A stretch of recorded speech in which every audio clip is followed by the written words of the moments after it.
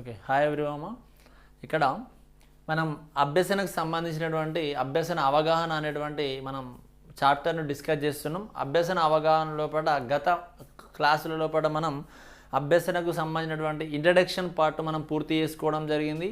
అభ్యసన meaning, concept and nature అని చెప్పేసి, తర్వాత టైప్స్ ఆఫ్ లెర్నింగ్ అని చెప్పి, తర్వాత అదేవిధంగా ఫ్యాక్టర్స్ ఆఫ్ లెర్నింగ్, అభ్యసనను ప్రభావితం చేసేటువంటి కారకాలు అనే అంశాన్ని కూడా డిస్కస్ చేయడం జరిగింది. One of the most important topic దీనిలో అభ్యసనం లోపల అభ్యసన సిద్ధాంతాలు, థియరీస్ ఇన్ లెర్నింగ్. ఓకేనా, very very most important topic అమ్మది అభ్యసన సిద్ధాంతాలు. అభ్యసన సిద్ధాంతాలు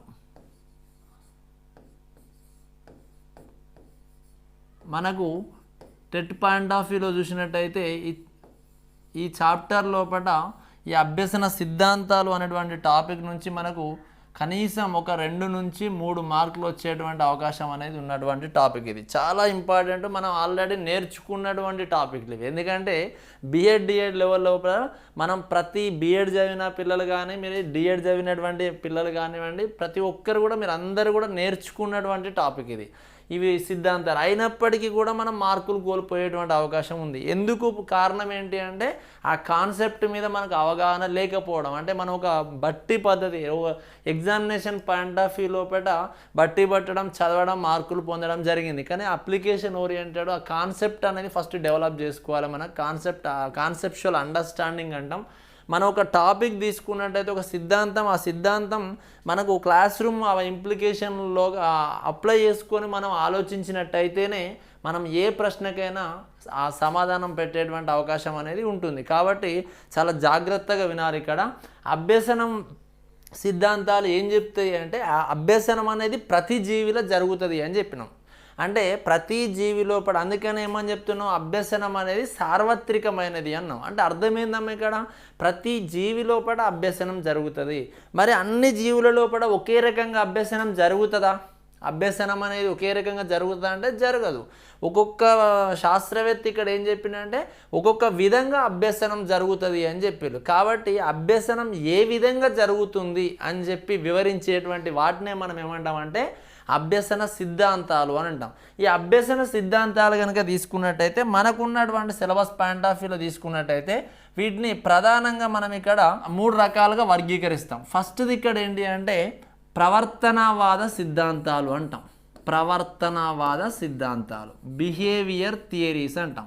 ప్రవర్తనవాద సిద్ధాంతాలు, బిహేవియర్ థియరీస్. ఓకేనా, ప్రవర్తనవాద సిద్ధాంతాలు. వీటినే సంసర్గ సిద్ధాంతాలు, అసోసియేటివ్ థియరీస్ అని కూడా అంటాం. సంసర్గ సిద్ధాంతాలు అంటాం, ప్రవర్తనవాద సిద్ధాంతాలు. నెక్స్ట్ సెకండ్ వన్ తీసుకున్నట్టయితే గెస్టాల్ట్ సిద్ధాంతం, గెస్టాల్ట్ సిద్ధాంతాలు, గెస్టాల్ట్ సిద్ధాంతాలు. తర్వాత మూడో వర్గీకరణ తీసుకున్నట్టయితే నిర్మాణాత్మక సిద్ధాంతాలు. ఏంటిదమ్మా? నిర్మాణాత్మక సిద్ధాంతాలు, కన్స్ట్రక్టివ్ థియరీస్, నిర్మాణాత్మక సిద్ధాంతాలు. ఇక నెక్స్ట్ది సపరేట్గా మనకు ఒక అభ్యసన సిద్ధాంతం ఉంది, అదే పరిశీలన సిద్ధాంతం లేదా పరిశీలన అభ్యసన సిద్ధాంతం అని అంటాం. పరిశీలన అభ్యసన సిద్ధాంతం. ఓకేనా, రైట్. ఇక్కడ మనం చూడండి అమ్మ, ఫస్ట్ది అభ్యసనం అనేది జీవుల లోపల ఏ విధంగా జరుగుతుంది అని చెప్పి ఒక్కొక్క శాస్త్రవేత్త ఒక్కొక్క జీవిని తీసుకొని ప్రయోగాలు చేయడం జరిగింది. అందులో భాగంగా వెలువడినటువంటి సిద్ధాంతాలే ఇవి.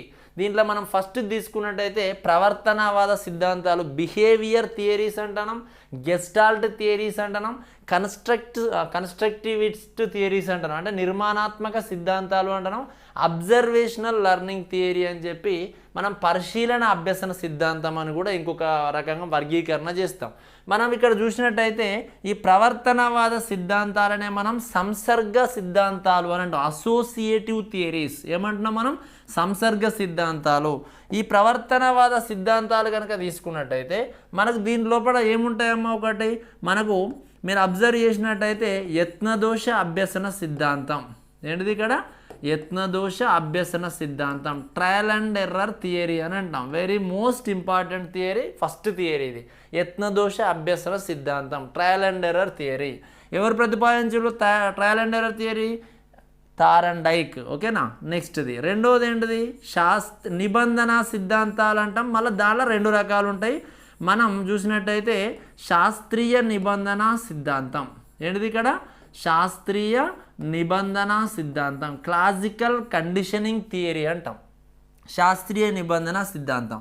మూడోది కార్యసాధక నిబంధన సిద్ధాంతం, కార్యసాధక నిబంధన సిద్ధాంతం, కార్యసాధక నిబంధన సిద్ధాంతం, ఆపరెంట్ కండిషనింగ్ థియరీ. దీన్నే యాంత్రిక అభ్యసన సిద్ధాంతం అని కూడా అంటాం.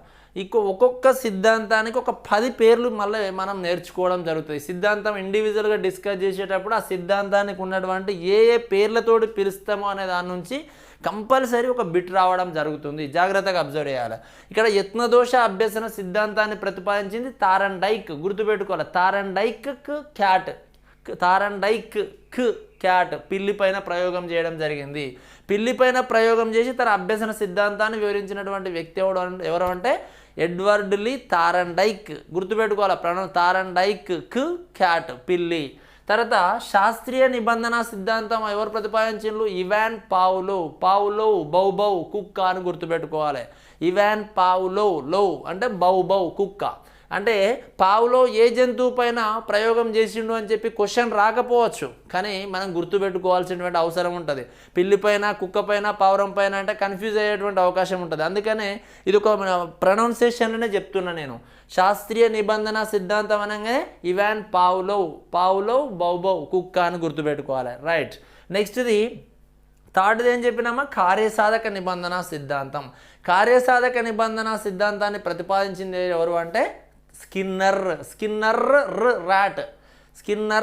ర్యాట్ అని గుర్తుపెట్టుకోవాలంటే ఎలుక పైన, పావురాల పైన ప్రయోగం చేసింది ఎవరు అంటే మనకు స్కిన్నర్ అని చెప్తాం, బిఎఫ్ స్కిన్నర్. ఇక్కడ ఈ 3 సిద్ధాంతాలను ఏమంటాం అంటే ప్రవర్తనవాద సిద్ధాంతాలు అంటాం.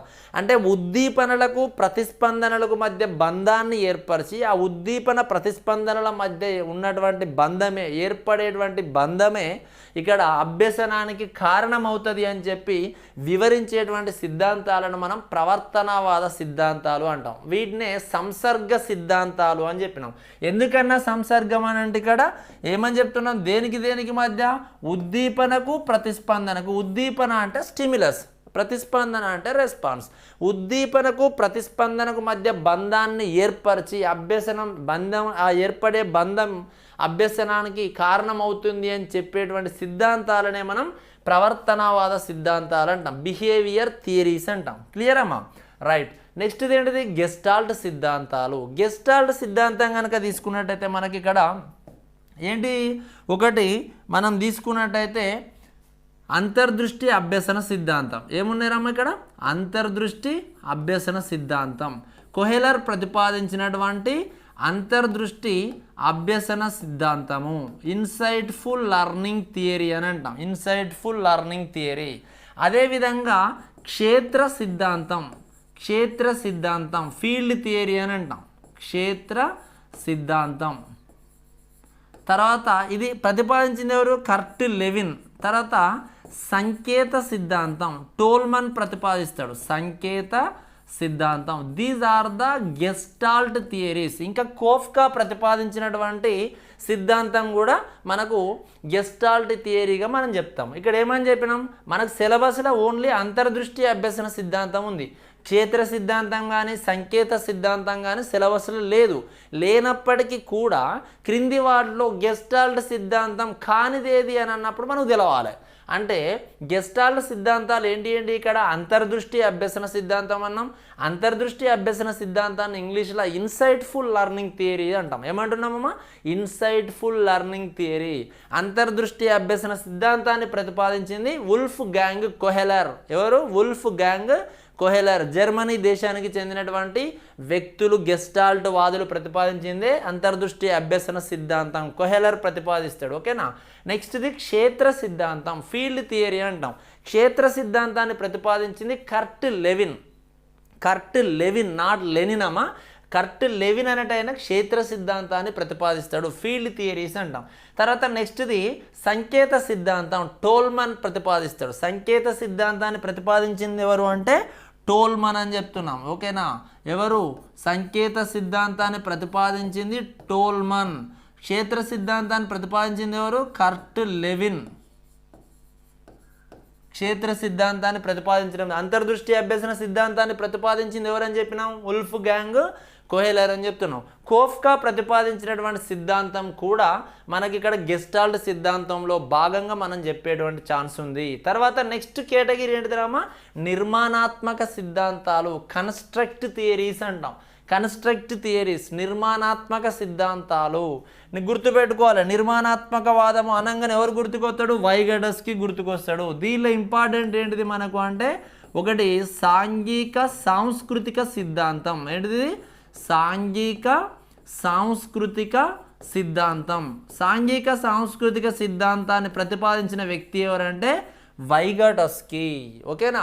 రష్యా దేశానికి చెందినటువంటి వైగటస్కీ ప్రతిపాదించినటువంటి సిద్ధాంతాన్నే సాంఘిక సాంస్కృతిక సిద్ధాంతం, సోషియో కల్చరల్ థియరీ అని అంటాం మనం, ఓకేనా. ఇది ఏంటిది? నిర్మాణాత్మక సిద్ధాంతం. నిర్మాణాత్మకవాదులు ఏం చెప్తారు ఇక్కడ? అభ్యసనం అనేది లేదా ప్రవర్తనలో మార్పు అనేది ఉద్దీపన ప్రతిస్పందనల మధ్య బంధంతో రాదు. పిల్లవాడు అనుభవాల ద్వారా వస్తుంది. అనుభవం ద్వారా సొంతంగా జ్ఞాన నిర్మాణం అనేది చేసుకుంటాడు. ఆ జ్ఞాన నిర్మాణం చేసుకోవడం ద్వారానే పిల్లవాని లోపల సొంతంగా అభ్యసనం జరుగుతుంది అని చెప్పి వాదించేటువంటి సిద్ధాంతాలు ఏంటి అంటే నిర్మాణాత్మకవాద సిద్ధాంతాలు, కన్స్ట్రక్ట్ థియరీస్ అంటాం. దీనిలో సాంఘిక సాంస్కృతిక సిద్ధాంతం వైగటస్కి ఉంటుంది. అదేవిధంగా పియాజే యొక్క సిద్ధాంతం, పియాజే సంజ్ఞానాత్మక సిద్ధాంతం అనేది కూడా మనకి ఇక్కడ ఏ సిద్ధాంతం అంటే నిర్మాణాత్మకవాద సిద్ధాంతాలుగా మనం చెప్తూ ఉంటాం, ఓకేనా. అంటే ఇక్కడ నిర్మాణాత్మకవాద సిద్ధాంతాల యొక్క ముఖ్య ఉద్దేశం ఏంటిది అంటే జ్ఞాన నిర్మాణం అనేది ఇంపార్టెంట్. అంటే పిల్లవాడు సొంతంగా జ్ఞానాన్ని నిర్మించుకుంటాడు, పరిసరాలతోటి ప్రతిచర్యలు జరపడం ద్వారా సొంతంగా జ్ఞానాన్ని నిర్మించుకుంటాడు. ఆ జ్ఞానమే పిల్లవానికి నూతన అనుభవం ఇస్తుంది. ఆ అనుభవమే ప్రవర్తన మార్పుకు దారితీస్తుంది. అదే అభ్యసనము అని చెప్పి వాదించేటువంటి సిద్ధాంతాలను మనం నిర్మాణాత్మకవాద సిద్ధాంతాలు అంటాం. దానిలో రెండు ఉన్నాయని చెప్తున్నాం, సాంఘిక సాంస్కృతిక సిద్ధాంతం, పియాజే సిద్ధాంతాన్ని మనం నిర్మాణాత్మకవాద సిద్ధాంతాలుగా మనం డిస్కస్ చేస్తాము. తర్వాత లాస్ట్ ఇంకొకటి ఏమని చెప్పిన ఇక్కడ పరిశీలన అభ్యసన సిద్ధాంతము అని చెప్తున్నా, ఓకేనా. ఇక్కడ అబ్జర్వ్ చేయండి, ఏంటిది ఇక్కడ పరిశీలన అభ్యసన సిద్ధాంతము. ఆ పరిశీలన అభ్యసన సిద్ధాంతాన్ని మనం ఇక్కడ సాంఘిక అభ్యసన సిద్ధాంతం అని, నమూనా అభ్యసన సిద్ధాంతం అని చెప్పి, అనుకరణ అభ్యసన సిద్ధాంతం అని అంటాం. కెనడా దేశానికి చెందినటువంటి ఆల్బర్ట్ బందూరా ప్రతిపాదించినటువంటి పరిశీలన సిద్ధాంతాన్ని మనం పరిశీలన అభ్యసన సిద్ధాంతము అని అంటాం, ఓకేనా. అబ్జర్వ్ చేయాలమ్మా, అభ్యసనం అనేది ప్రతి ఒక్క జీవిలో జరుగుతుంది అని చెప్పినాం. అలాంటి అభ్యసన అనేది ఏ విధంగా జరుగుతుంది అని చెప్పి ఒక్కొక్క శాస్త్రవేత్త ఒక్కొక్క జీవిని తీసుకొని ప్రయోగాలు చేసి తన సిద్ధాంతాలను ప్రతిపాదించడం జరిగింది. దీంట్లో ప్రధానమైనగా మనం 3 వర్గాలుగా విభజించడం జరిగింది. ఒకటి ప్రవర్తనవాద సిద్ధాంతాలు, రెండోది గెస్టాల్ట్ సిద్ధాంతాలు, మూడోది నిర్మాణాత్మక సిద్ధాంతాలు. బిహేవియర్ థియరీస్ అంటున్నాం, గెస్టాల్ట్ థియరీస్ అంటున్నాం, అదేవిధంగా కన్స్ట్రక్ట్ థియరీస్ అంటున్నాం. మనం చూసినాం ఇక్కడ ప్రవర్తనవాద సిద్ధాంతాల లోపల trial and error theory, classical conditioning theory, అదేవిధంగా ఆపరెంట్ కండిషనింగ్ థియరీ అని చెప్పినాం. తర్వాత గెస్టాల్ట్ థియరీ కనుక తీసుకున్నట్టయితే ఇన్సైట్ఫుల్ లెర్నింగ్ థియరీ, అంతర్దృష్టి అభ్యసన సిద్ధాంతం, ఫీల్డ్ థియరీ, క్షేత్ర సిద్ధాంతం, సైన్ థియరీ, టోల్మన్ యొక్క సంకేత అభ్యసన సిద్ధాంతం అని అంటాం. తర్వాత నిర్మాణాత్మక సిద్ధాంతాలు కనుక తీసుకున్నట్టయితే సాంఘిక సాంస్కృతిక సిద్ధాంతం డెలివర్డ్ బై ద వైగటస్కీ. తర్వాత నెక్స్ట్ది పియాజే సంజ్ఞానాత్మక సిద్ధాంతం. వీటితో పాటుగా అడిషనల్గా మనకు ఉన్నది ఏంటి అంటే పరిశీలన అభ్యసన సిద్ధాంతం. దాన్నే నమూనా అభ్యసనం, అనుకరణ అభ్యసనం అన్నాం. ఎవరు ప్రతిపాదించినది? కెనడా దేశానికి చెందినటువంటి ఆల్బర్ట్ బందూరా ప్రతిపాదించినటువంటి సిద్ధాంతాన్నే పరిశీలన అభ్యసన సిద్ధాంతం అంటాం.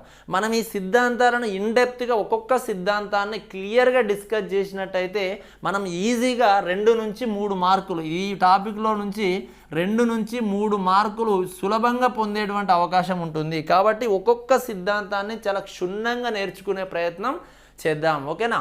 రైట్. ఇప్పుడు మొట్టమొదటి సిద్ధాంతం కనుక వెళ్ళినట్టయితే ఫస్ట్ది యత్నదోష అభ్యసన సిద్ధాంతం అంటున్నాం. చాలా కేర్ఫుల్ వినాలమ్మా. ఏమంటున్నాం ఇక్కడ? మొట్టమొదటి థియరీ ఏంటిది? ఇక్కడ యత్నదోష అభ్యసన సిద్ధాంతం. ఇంగ్లీష్లో ఏమంటున్నాం? Trial and error theory. యత్నదోష అభ్యసన సిద్ధాంతాన్ని ట్రయల్ అండ్ ఎర్రర్ థియరీ అని చెప్తున్నాం. ఇక్కడ యత్నదోష అభ్యసన సిద్ధాంతాన్ని ప్రతిపాదించినటువంటి వ్యక్తి ఎవరు? చిత్రంలో కనిపిస్తున్న ఎవరు? Edward Lee Thorndike. ఎవరు? Edward Lee Thorndike. అంటే ఇక్కడ సిద్ధాంతకర్త. ఈ సిద్ధాంతకర్త ఎవరు? ఇక్కడ ఎడ్వర్డ్ లీ థారండైక్. ఆయననే మనం ఏమంటున్నాం? ఈఎల్ థారండైక్ అంటున్నాం. EL Thorndike. Edward Lee Thorndike ఏ దేశస్థుడమ్మా? అమెరికా దేశస్థుడు. గుర్తుపెట్టుకోవాలి, అమెరికా దేశస్థుడు. థారండైక్ ప్రజ్ఞను 3 రకాలుగా వర్గీకరిస్తాడు. ప్రజ్ఞ లోపల వస్తాడు థారండైక్. అమూర్త ప్రజ్ఞ, యాంత్రిక ప్రజ్ఞ, సామాజిక ప్రజ్ఞ అని చెప్పి 3 రకాలుగా ప్రజ్ఞను వర్గీకరించింది థారండైక్. ప్రజ్ఞకు సంబంధించి బహుకారక సిద్ధాంతాన్ని ప్రతిపాదించింది థారండైక్. ఈ విధంగా థారండైక్ పేరు రాగానే థారండైక్ సంబంధించినటువంటి విషయాలన్నీ కూడా మనకు గుర్తు తెచ్చుకోవాల్సినటువంటి అవసరం ఉంది. కాబట్టి ఇక్కడ యత్నదోష అభ్యసన సిద్ధాంతాన్ని ప్రతిపాదించినటువంటి సిద్ధాంతకర్త ఎవరు అంటే ఇక్కడ థారండైక్ అని చెప్తున్నాం. ఇక్కడ చిత్రంలో చూడొచ్చు, EL Thorndike, Edward Lee Thorndike. ఏ దేశస్థుడు అని కూడా అడిగేటువంటి అవకాశం ఉంటుంది. అమెరికా దేశస్థుడు. అదేవిధంగా ఈయన ప్రయోగానికి ఎంచుకున్నటువంటి జీవి ఏం చెప్పిన నేను? ప్రయోగానికి ఎంచుకున్నటువంటి జీవి థారండైక్ అని చెప్పిన. థారండైక్ క్యాట్ అని చెప్పిన, అంటే పిల్లిని ఎంచుకోవడం జరిగింది. అదేవిధంగా ప్రయోగానికి ఎన్నుకున్నటువంటి పరికరం తీసుకున్నట్టయితే ఫజిల్ బాక్స్ అని అంటున్నాం. థారండైక్ తన ఆలోచనకు అనుగుణంగా రూపొందించినటువంటి బాక్స్ కాబట్టి దీన్ని మనం ఫజిల్ బాక్స్ అని అంటాం. ఓకేనా? ఇక్కడ ఈ సిద్ధాంతాన్ని ప్రతిపాదించింది ఎడ్వర్డ్ లీ థారండైక్ అని చెప్తున్నాం. అదేవిధంగా ప్రయోగానికి ఎంచుకున్నటువంటి జీవి పిల్లి అంటున్నాం. తర్వాత పరికరం ఏంటిది అంటే ఫజిల్ బాక్స్ ప్రయోగాన్ని నిర్వహించినటువంటి వ్యక్తి ఎవరు అంటే ఎడ్వర్డ్ లీ థారండైక్ అని గుర్తుపెట్టుకోవాలి. రైట్. ఇక్కడ థారండైక్ రాసినటువంటి గ్రంథాలను కనుక మనం చూసినట్టయితే థారండైక్ రాసినటువంటి గ్రంథాల గురించి కూడా మనకు క్వశ్చన్ వచ్చేటువంటి అవకాశం ఉంటుంది. థారండైక్ను మనం ఏమని చెప్తామంటే ఫాదర్ ఆఫ్ ఎనిమల్ సైకాలజీ అని అంటాం. గుర్తుపెట్టుకోవాలి, వెరీ వెరీ ఇంపార్టెంట్. ఏమని పిలుస్తున్నాం మనం? Father of animal psychology. జంతు మనోవిజ్ఞాన శాస్త్రానికి పితామహుడు అని పిలుస్తున్నాం. Father of animal psychology. జంతు మనోవిజ్ఞాన శాస్త్రానికి పితామహుడు ఎవరయ్యా అంటే థారండైక్. ఎందుకంటే జంతువులపైన మొట్టమొదటిసారిగా ప్రయోగాలు నిర్వహించినటువంటి వ్యక్తి ఎవరు అంటే థారండైక్. కాబట్టి జంతువులపైన ప్రయోగాలు నిర్వహించి దాని ఆధారంగా వ్యక్తుల యొక్క ప్రవర్తనను చెప్పగలిగినటువంటి వ్యక్తి ఎవరు అంటే థారండైక్. కాబట్టి థారండైక్ ఏమన్నామంటే ఫాదర్ ఆఫ్ ఎనిమల్ సైకాలజీ అని అంటున్నాం. ఓకేనా? జంతు మనోవిజ్ఞాన శాస్త్ర పితామహుడు అంటున్నాం. అతను రాసిన గ్రంథాలు తీసుకున్నట్టయితే అతను అభ్యసనకు సంబంధించినటువంటి ప్రయోగాలన్నీ కూడా ఎనిమల్ ఇంటెలిజెన్స్ అనేటువంటి గ్రంథం లోపల పొందుపరచడం జరిగింది. ఏంటిది ఇది? Animal intelligence. అభ్యసనకు సంబంధించినటువంటి ప్రయోగాలన్నీ కూడా ఎనిమల్ ఇంటెలిజెన్స్ అనేటువంటి గ్రంథం లోపల పొందుపరచడం జరిగింది. ఈయన ప్రజ్ఞలో కూడా వచ్చిందని చెప్పిన కదా, ప్రజ్ఞకు సంబంధించిన విషయాలను కూడా ఒక గ్రంథం రాస్తాడు. మెజర్మెంట్ ఆఫ్ ఇంటెలిజెన్స్, ఎంఐ అంటాం. Measurement of intelligence, animal intelligence, అదేవిధంగా మెజర్మెంట్ ఆఫ్ ఇంటెలిజెన్స్. ఇంకొకటి మల్టిపుల్ ఫ్యాక్టర్ థియరీ, ఎంఎఫ్టి అంటాం. Multiple factor theory. ఈ 3 పుస్తకాలను రాసినటువంటి వ్యక్తి ఎవరమ్మా అంటే మనకు Edward Lee Thorndike, the famous American psychologist అని చెప్తున్నాం. ఓకేనా? బిహేవియరిస్ట్, ప్రవర్తనవాదాన్ని బలపరిచినటువంటి వ్యక్తి ఎవరయ్యా అంటే థారండైక్ అని చెప్తున్నాం. Famous American psychologist. ఆయన ఏమంటున్నాం? ఫాదర్ ఆఫ్ ఎనిమల్ సైకాలజీ అంటున్నాం. జంతు మనోవిజ్ఞాన శాస్త్రానికి పితామహుడు అంటున్నాం. బిట్ ఎక్కడి నుంచైనా అడిగే ఛాన్స్ ఉంటుంది, గుర్తుపెట్టుకోండి. జంతువులపైన ప్రయోగాలు చేసి రాసినటువంటి గ్రంథం ఎనిమల్ ఇంటెలిజెన్స్. ప్రజ్ఞకు సంబంధించి అంశాలను ఈ 2 గ్రంథాల్లో పొందుపరిచిండు. దట్ ఈస్ ద ఇక్కడ మెజర్మెంట్ ఆఫ్ ఇంటెలిజెన్స్ అని చెప్తున్నాం, అదేవిధంగా మల్టిపుల్ ఫ్యాక్టర్ థియరీ అని చెప్తున్నాం.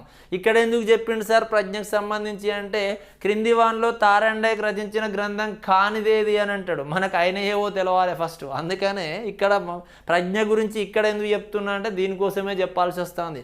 తారండైక్ వచ్చింది అంటే తారండైక్ సంబంధించిన ప్రతి విషయాన్ని మనం నేర్చుకోవాలి. ఇక్కడ ఎనిమల్ ఇంటెలిజెన్స్ అని చెప్పినాం, మెజర్మెంట్ ఆఫ్ ఇంటెలిజెన్స్ అంటున్నాం, మల్టిపుల్ ఫ్యాక్టర్ థియరీ ఎంఎఫ్టి అంట, multiple factor theory. These are the 3 books wrote by the E.L. Thorndike, the famous American psychologist, is called as the father of animal psychology. Clear అమ్మా? ఇక్కడ సిద్ధాంతాన్ని ప్రతిపాదించినటువంటి వ్యక్తి Thorndike, ఎంచుకున్నటువంటి జీవి పిల్లి అని చెప్తున్నాం. అదేవిధంగా ఎంచుకున్న పరికరం తీసుకున్నట్టయితే ఫజిల్ బాక్స్ అని చెప్తున్నాం. నెక్స్ట్ ఇక్కడ ఈ యత్నదోష అభ్యసన సిద్ధాంతానికి గల మనం మారుపేర్లు కనుక చూసినట్టయితే, యత్నదోష అభ్యసన సిద్ధాంతానికి మారుపేర్లు వెరీ వెరీ ఇంపార్టెంట్. ఈ పదకోశం అనేది, ఎందుకంటే దీని నుంచి వచ్చేటువంటి ప్రశ్న చాలా ఇంపార్టెంట్. ఇక్కడ ఈ సిద్ధాంతానికి ఉన్నటువంటి మారుపేర్లు కనుక చూసినట్టయితే ఏమున్నాయి, ఇంకేమని పిలుస్తున్నాం ఈ సిద్ధాంతాన్ని అంటే, ఇక్కడ యత్నదోష అభ్యసన సిద్ధాంతాన్ని మనకు ఫస్ట్ది సంసర్గ సిద్ధాంతము అని అంటాం, అసోసియేటివ్ థియరీ. సంసర్గ సిద్ధాంతము అని దేన్ని పిలుస్తాం అంటే యత్నదోష అభ్యసనాన్ని పిలుస్తాము. ఎందుకు? సంసర్గం అనేది ఏంది? Between the stimulus and response. కాబట్టి ఉద్దీపనకు ప్రతిస్పందనకు మధ్య ఏర్పడేటువంటి సంసర్గం, కనెక్షన్, ఇక్కడ అసోసియేషన్ ఏదైతే ఉందో అదే అది జీవి లోపల ప్రవర్తన మార్పుకు కారణం. ఆ ప్రవర్తన మార్పునే అభ్యసనం అని చెప్పిండు. అందుకనే సంసర్గవాద సిద్ధాంతం లేదా సంసర్గ సిద్ధాంతం అంటాం. రెండవది సంధానవాద సిద్ధాంతం, థియరీ ఆఫ్ కనెక్షన్ అంటాం. సంధానవాద సిద్ధాంతం. సంసర్గవాద సిద్ధాంతం అసోసియేటివ్ థియరీ అంటున్నాం. అదేవిధంగా సంధానవాద కనెక్షన్ థియరీ అంటున్నాం. దేనికి దీన్నే ఇంకేమంటున్నాం అంటే ఉద్దీపన ప్రతిస్పందన సిద్ధాంతం. ఏమంటున్నాం? ఉద్దీపన ప్రతిస్పందన సిద్ధాంతం. చాలా ఇంపార్టెంట్ అమ్మా, ఈ పేర్లు బాగా గుర్తుపెట్టుకోవాలి. ఉద్దీపన ప్రతిస్పందన సిద్ధాంతం. ఉద్దీపనను ఏమంటున్నాం ఇంగ్లీష్లో? స్టిమ్యులస్ అంటున్నాం, ఇండికేట్ టు ది ఎస్ అంటున్నాం, ప్రతిస్పందన రెస్పాన్స్ అంటున్నాం, ఎస్ఆర్ అంటున్నాం. అందుకనే దీన్నే ఎస్ఆర్ థియరీ అని కూడా అంటాం. ఉద్దీపన ప్రతిస్పందన సిద్ధాంతాన్నే ఎస్ఆర్ థియరీ అని కూడా అంటాము. ఇంకేమంటాం? ప్రేరణ ప్రతిస్పందన సిద్ధాంతం అని కూడా అంటాం. ఏంటిది? ప్రేరణ ప్రతిస్పందన సిద్ధాంతం. ప్రేరణ ప్రతిస్పందన సిద్ధాంతం. దేనికి? ఇక్కడ ఉద్దీపనకు ప్రతిస్పందనకు మధ్య బంధం ఏర్పరుస్తాం కాబట్టి దీన్నే బంధ సిద్ధాంతము అని కూడా అంటాం. బంధ సిద్ధాంతం. అప్పుడప్పుడు ఈ తెలుగులో ఇంగ్లీష్లో అడుగుతాడు బాండ్ సైకాలజీ అని చెప్పి లేదా బాండ్ థియరీ అని చెప్పి దేన్ని అంటారు అని అడుగుతాడు. Bond psychology or bond theory అని చెప్పి ఏ సిద్ధాంతాన్ని పిలుస్తారు అని అంటాడు. తారండైక్ యొక్క యత్నదోష అభ్యసన సిద్ధాంతాన్ని బాండ్ థియరీ లేదా బాండ్ సైకాలజీ అంటాం, బంధ సిద్ధాంతం అని అంటాం. ఇంకేమంటాం? యాదృచ్ఛిక అభ్యసన సిద్ధాంతము అని అంటాం. యాదృచ్ఛిక అభ్యసన సిద్ధాంతము. ఓకేనా? యాదృచ్ఛిక అభ్యసన సిద్ధాంతం. తర్వాత దీనినే ఎంపికవాద సిద్ధాంతం అని అంటాం. థియరీ ఆఫ్ సెలక్షన్, ఎంపికవాద సిద్ధాంతం అని అంటాం. ఎన్ని పేర్లు చెప్తున్నా చూడండి, ప్రతి ఒక్కటి కూడా ఇంపార్టెంట్. ఇక్కడ ఎంపికవాద సిద్ధాంతం అంటాం. ఇంకా విజయపథ వర్ణరీతి సిద్ధాంతం అని అంటాం. Very very important. Last time examination point of వ్యూలో అడిగినటువంటి క్వశ్చన్ ఇది. విజయపథ వర్ణరీతి అభ్యసన సిద్ధాంతం. Theory of successful variant, selection of successful variant అంటాం. విజయపథ వర్ణరీతి సిద్ధాంతం. ఓకేనా? ఇక్కడ చూడండి, తారండైక్ యొక్క యత్నదోష అభ్యసన సిద్ధాంతానికి కనుక మారు పేర్లు కనుక చూసినట్టయితే దాదాపుగా 1 2 3 4 5 6 7 8 9 10 చెప్పిన 10 పేర్లు చెప్పడం జరిగింది. దీంట్లోకి వెళ్ళి ఏ క్వశ్చన్ అయినా మనల్ని అడగవచ్చు. సంసర్గవాద సిద్ధాంతం, థియరీ ఆఫ్ ఇక్కడ ఏమన్నాం అసోసియేషన్ అన్నాం. అసోసియేషన్ థియరీ అని దేన్ని పిలుస్తాము అంటే యత్నదోష అభ్యసన సిద్ధాంతాన్ని పిలుస్తాం. అదేవిధంగా థియరీ ఆఫ్ కనెక్షన్ సంధానవాద సిద్ధాంతము అంటున్నాం. తర్వాత నెక్స్ట్ ఏంటిది ఉద్దీపన ప్రతిస్పందన సిద్ధాంతం అన్నాం. ఎస్ఆర్ థియరీ అన్నాం. దాన్నే ఉద్దీపన ప్రతిస్పందననే ఇంగ్లీష్లో అడుగుతాడు. ఎస్ఆర్ థియరీ అని దేన్ని అంటారు అని అంటాడు. ఎస్ఆర్ థియరీ అని మనం యత్నదోష అభ్యసన సిద్ధాంతాన్ని పిలుస్తాము. తర్వాత ప్రేరణ ప్రతిస్పందన సిద్ధాంతము అని చెప్తున్నాం. ఓకేనా, ప్రేరణ ప్రతిస్పందన సిద్ధాంతం. తర్వాత బంధ సిద్ధాంతము బాండ్ సైకాలజీ అంటాం. దాన్నే బాండ్ థియరీ అని కూడా అంటాం. నెక్స్ట్ది యాదృచ్ఛిక అభ్యసన సిద్ధాంతం అని చెప్తాం. యాదృచ్ఛిక అభ్యసన సిద్ధాంతం ఎందుకన్నాం, ఇన్ని పేర్లు ఎందుకన్నాం అనేది సిద్ధాంతం చెప్పేటప్పుడు మీకు ఒక్కొక్క దాని గురించి మళ్ళీ చెప్తూ ఉంటా. ఇక్కడ నెక్స్ట్ది ఎంపికవాద సిద్ధాంతం థియరీ ఆఫ్ సెలక్షన్ అని చెప్తున్నాం. తర్వాత విజయపథ వర్ణరీతి అభ్యసన సిద్ధాంతం మోస్ట్ ఇంపార్టెంట్ వర్డ్ అది. విజయపథ వర్ణరీతి అభ్యసన సిద్ధాంతం the theory of selection of successful variant అంటాం. సెలక్షన్ ఆఫ్ సక్సెస్ఫుల్ వేరియంట్ విజయపథ వర్ణరీతి అభ్యసన సిద్ధాంతము అని చెప్తున్నాం. ఇవి ఈ సిద్ధాంతానికి ఉన్నటువంటి మారు పేర్లుగా మనం చెప్పడం జరుగుతుంది. ఒకసారి ఈ సిద్ధాంతానికి సంబంధించిన నోట్ చేసుకున్నారు కదా, ఈ సిద్ధాంతానికి సంబంధించినటువంటి మారు పేర్లు ఇవన్నీ కూడా మనం యత్నదోష అభ్యసన సిద్ధాంతానికి ఉన్నటువంటి మారు పేర్లు ఏంటిది అన్నప్పుడు మీరు స్క్రీన్ షాట్ తీసుకోవచ్చు. ఇవన్నీ ఈ సిద్ధాంతానికి ఉన్నటువంటి మారు పేర్లు గుర్తుపెట్టుకోవాలి. ఓకేనా, దీని నుంచి మనకు బిట్ వచ్చేటువంటి అవకాశం ఉంటుంది. Right, this is the puzzle box. ఓకేనా, ఫజిల్ బాక్స్. ఇక్కడ ఫజిల్ బాక్స్లో ఏది బంధించబడి ఉన్నది, పిల్లి బంధించబడి ఉన్నది. అంటే ఆకలితో ఉన్నటువంటి ప్రయోగం కనుక చూసినట్టయితే ఆకలితో ఉన్నటువంటి పిల్లిని తీసుకొని ఈ ఫజిల్ బాక్స్ లోపల బంధించడం జరుగుతుంది. ఎందుకు అంటే ఆకలి అనేది ఇక్కడ అవసరం. మనకు గత క్లాసులో చెప్పడం జరిగింది, అభ్యసనం లోపల ప్రధానమైనటువంటి సోపానాల లోపల ఫస్ట్ది ఏం చెప్పినామంటే అవసరం, నీడ్ అనేది చెప్పినాం. అవసరం ఏం చేస్తుంది అంటే అవధానాన్ని అందిస్తుంది. అవధానం అనేది అనుగుణ్యతకు దారితీస్తుంది. అనుగుణ్యత ద్వారా అనుభవాన్ని పొందుతాం. ఆ అనుభవం అనేది ప్రవర్తనలోని మార్పుకు దారితీస్తుంది. ఆ ప్రవర్తనలోని మార్పే అభ్యసనము అని చెప్పిన. ఓకేనా, అవసరం, అవధానం, అనుగుణ్యత, అనుభవం, ప్రవర్తనలో మార్పు, అభ్యసనము. గుర్తుపెట్టుకోవాలి చైన్. ఇక్కడ తారండైక్ ప్రయోగం కనుక చూసినట్టయితే this is the puzzle box. ఈ ఫజిల్ బాక్స్ లోపల ఏం బంధించిండు, ఇక్కడ పిల్లిని బంధించిండు. అంటే ఆకలితో ఉన్నటువంటి పిల్లిని తీసుకొని మనకి ఇక్కడ ఫజిల్ బాక్స్ లోపల బంధించడం జరిగింది. ఇక్కడ ఆకలి అనేది అవసరం అనేది లేకపోతే మార్నింగ్ నేను ఇక్కడ గత క్లాస్లో కూడా చెప్పిన need is the mother of invention అని చెప్పినాం. అంటే అవసరం అనేది ఉంటేనే ఎవరమైనా అభ్యసనానికి సిద్ధపడడం జరుగుతుంది. మీకు అవసరం అనేది ఉంది కాబట్టే ఇక్కడ క్లాస్ వినడం అనేది జరుగుతుంది. కాబట్టి ఇక్కడ ఆకలితో ఉన్నటువంటి పిల్లిని తీసుకొని ఫజిల్ బాక్స్ లోపల బంధించడం జరుగుతుంది. ఆ ఆకలితో ఉన్నటువంటి పిల్లికి ఎదురుగా ఒక అట్రాక్టివ్ గోల్, ఆకర్షణీయమైనటువంటి లక్ష్యం కనిపిస్తుంది. ఏంటిది అది? ఒక ఎండు చేపలను అక్కడ ఆ ముందు ఫుడ్ ఇక్కడ అబ్జర్వ్ చేసినట్టయితే ఇక్కడ ప్లేట్ లోపల ఎండు చేపని ఇక్కడ ఏంటిది కనిపిస్తుంది చిత్రం లోపల ఎండు చేపలు అంటే పిల్లికి చాలా మహా ఇష్టం. మనకు చికెన్ మటన్ అంటే ఎట్లా ఇష్టమో అక్కడ పిల్లికి చూసినట్టయితే పిల్లికి ఎండు చేపలు అంటే చాలా ఇష్టం.